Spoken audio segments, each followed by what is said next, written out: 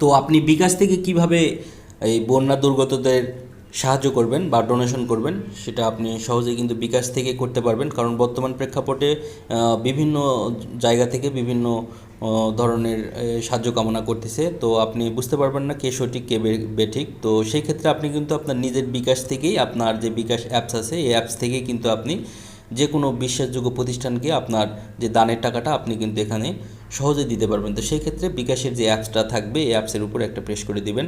দেওয়ার পরে যে আপনার পিনটা আপনি এখানে দিয়ে দিবেন। দেওয়ার পরে লগ ইন করবেন। করার পরে যে ইন্টারফেসটা আসবে, তো এখানে আপনি খেয়াল করবেন যে ডোনেশন নামে একটা এখানে অপশান আছে।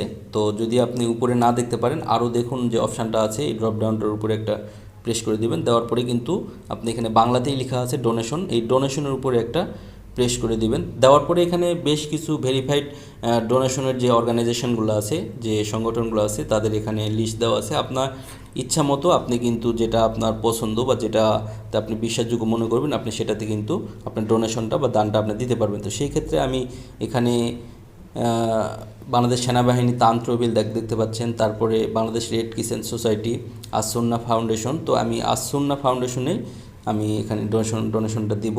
তো সেই ক্ষেত্রে আসুন্না ফাউন্ডেশনের উপরে একটা প্রেস করে দিলাম।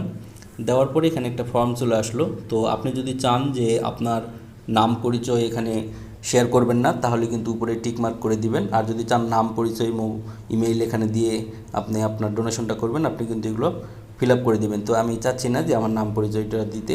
তো সেই ক্ষেত্রে আমি এখানে টাকার পরিমাণটা আমি লিখে দিব।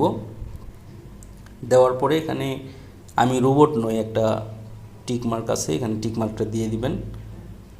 দেওয়ার পরে দেখুন এরকম একটা অপশান আসছে। তো এখানে সিঁড়ি আছে এমন সমস্ত ছবি বেছে নিন। তো এখানে সিঁড়ি কোথায় কোথায় আছে, তো এই ছবিগুলো আপনি বেছে নিয়ে তো যাচাই করুন, এখানে একটা প্রেস করে দিবেন। দেওয়ার পরে দেখুন আমি রোবট নই, এটা টিকমার্ক হয়ে গেছে। তারপরে অনুদানটা আপনি দিবেন, এখানে এর উপরে একটা প্রেস করে দিলেন।